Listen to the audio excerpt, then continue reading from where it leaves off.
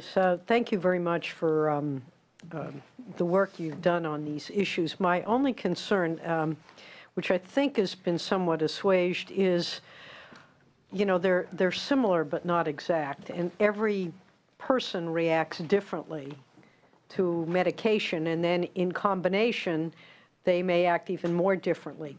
Can you tell me about, I think you mentioned that the science is now so sophisticated that it can address or that we know how similar these biosimilars are in dealing with the particular illness or disease or condition that they're designed to do. They're not the same. We're substituting something that is biosimilar, but again, not the same. How do we protect the user? And that has been the issue for me.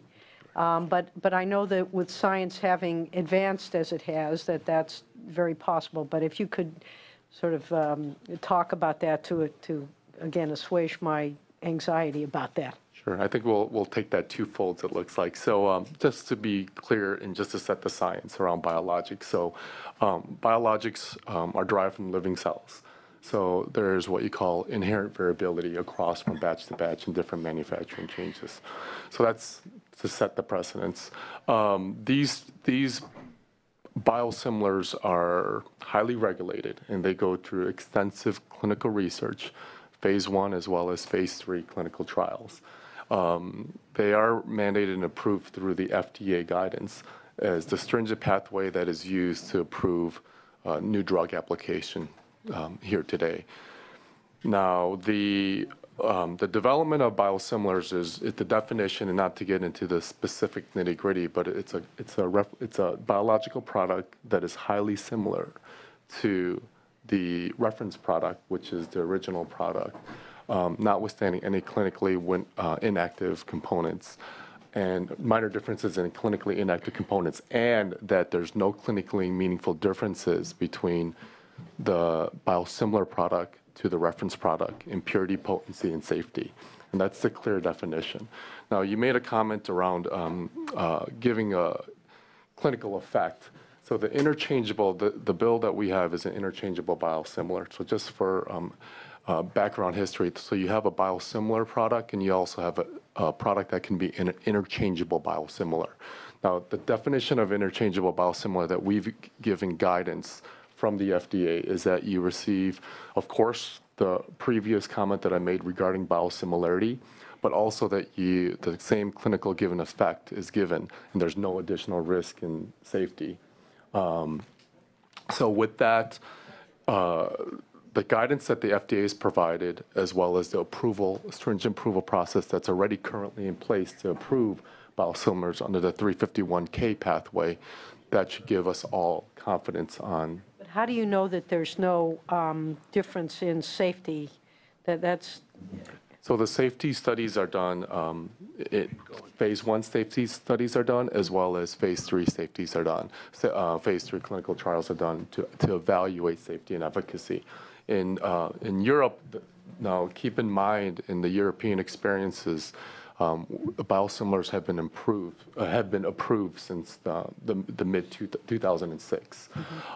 Sandoz in itself has over 200 million patient days of experience. And what we have experienced across different countries across the nation where our biosimilars are, we have not seen any additional risks in safety for. Thank you. Yeah. If I can just add a quick comment, I think the other piece to this, Senator Jackson, is that we're going to do clinical studies to try to replicate the circumstance that you're describing. But at the end of the day, I think what's absolutely known to all who work in this space is that clinical trials tell you about the response in the population that you study. And when you bring products onto the market, they go into larger populations. And that's why we believe that measures like this, where we are able to be accountable in the post-market setting, we will have a strong hypothesis, so will the FDA, that these will be safe and that patients will derive the exact benefit risk that's intended. In the circumstance that that changed for any reason with any medicine, it could be something as simple as being on a loading dock too long, that's where we need the accountability piece. That's where the medication history comes in, and we're able to quickly resolve any problems, again, with any biologic medicine. But that's where this piece fits into the overall confidence that we need physicians and patients to have to opt into this program. If people opt into it, manufacturers are accountable, we'll have a successful program and meet the societal objective.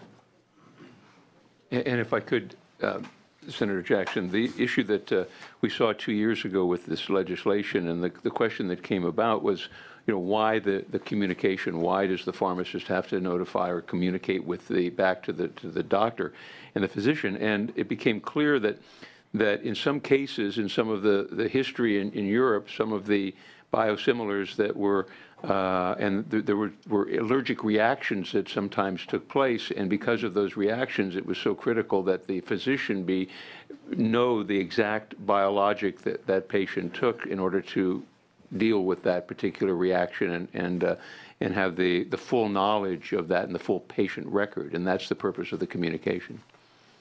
Thank you. Other witnesses in support? Please come forward. Jennifer Snyder on behalf of the Biotechnology Industry Organization in support. Thank you. David Gonzalez on behalf of Bay Bio and the California Healthcare Institute in support. Thank you. Jimmy Jackson, Biocom in support. Natalie Cardenas, UCB in support. Juan Thomas, California Medical Association in support of the bill. Jim Gross on behalf of Merck, Genentech, Johnson & Johnson, and Novo Nordisk in support. Got a lot of clients. Dennis Sloper on behalf of Lilly in support. Chris Rosa on behalf of the Cancer Treating Physicians, the Medical Oncology Association of Southern California, in support. Speakers in opposition? Come forward.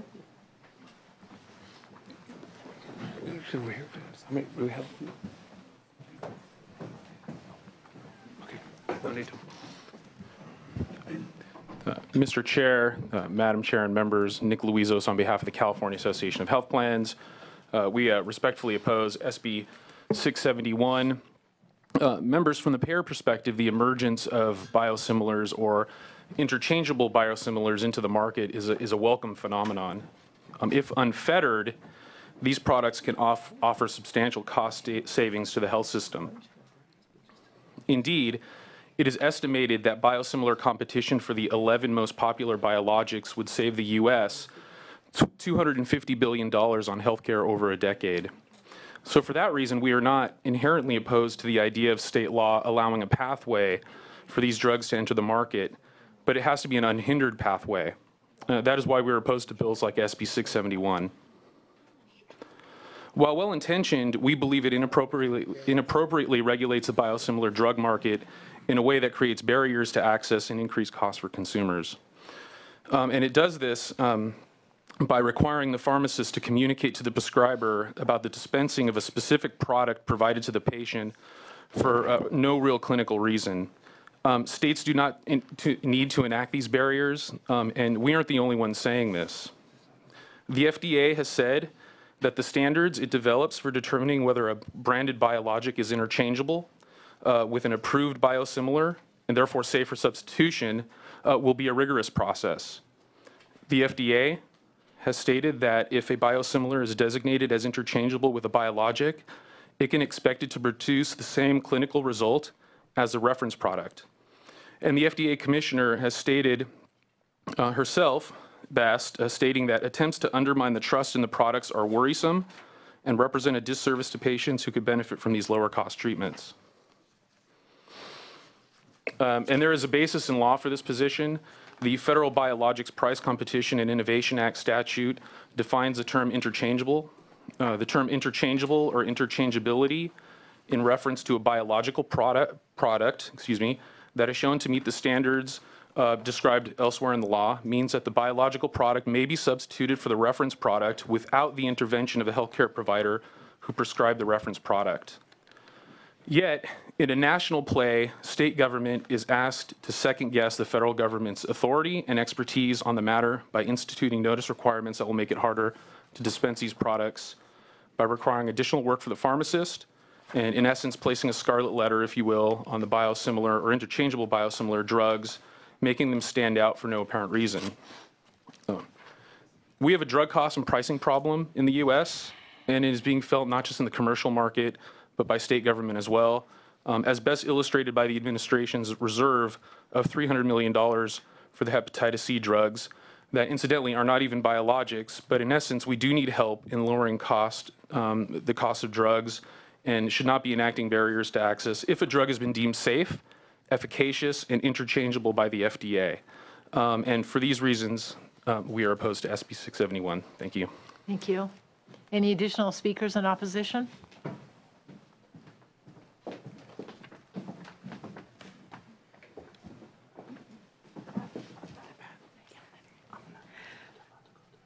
Good afternoon, Madam Chair and members. My name is Angie Minetti, and I'm here on behalf of the California Retailers Association, here to respectfully oppose SB 671 unless amended. The bill before you today creates requirements for the substitution of biosimilars and interchangeable biologic products. Our members do agree that there is a need for this legislation in order to make the substitution when dispensing biological medications. However, there are some provisions in the bill which still can complicate the dispensing process of the bill, the process of these drugs. I do want to acknowledge that SB 671 is an improvement from the initial effort made on this issue, SB 598. 671 provides that a pharmacist make a communication into an electronic interoperable system that can be accessed by a prescriber.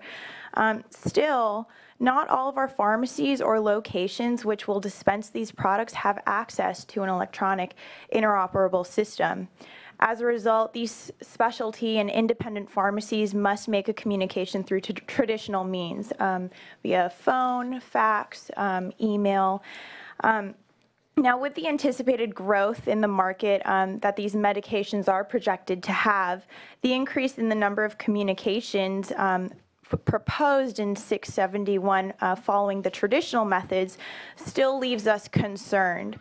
We're concerned that by having this type of traditional communication method in place for some of our pharmacies that will primarily be dispensing these products, we could run the risk of perpetuating the notion that these drugs are not equivalent, potentially undermining the rigorous FDA approval process. And not only that, but it still remains in flux whether this effort by our pharmacies will still be acknowledged and kept by a prescriber.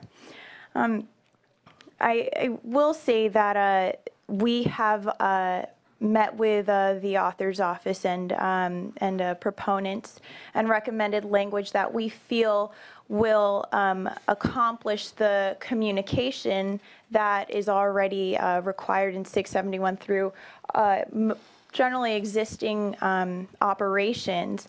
And we hope to work towards a solution on this issue. As I said earlier, this is something that our pharmacies do need as well in order to be able to dispense these cost-efficient drugs to consumers. So we hope to work towards that moving forward. Thank you. Any additional comments in opposition? Peter Kellison, on behalf of Walgreens, our position is opposed unless amended. Echo the comments of the previous speaker. Would like to work toward a compromise here, as has been done in other states where this legislation has been introduced. Angelica Gonzalez with Kaiser Permanente in opposition. Madam Chair and members, Tom Bone on behalf of CVS Health. We too are opposed unless amended on the grounds indicated by the California Retailers Association and by Walgreens. Stephanie Watkins on behalf of the Association of California Life and Health Insurance Companies also opposed. John Caldwell on behalf of the Pharmaceutical Care Manufacturing Association, Management Association. We're also opposed, but would remove our opposition with the proposed amendment.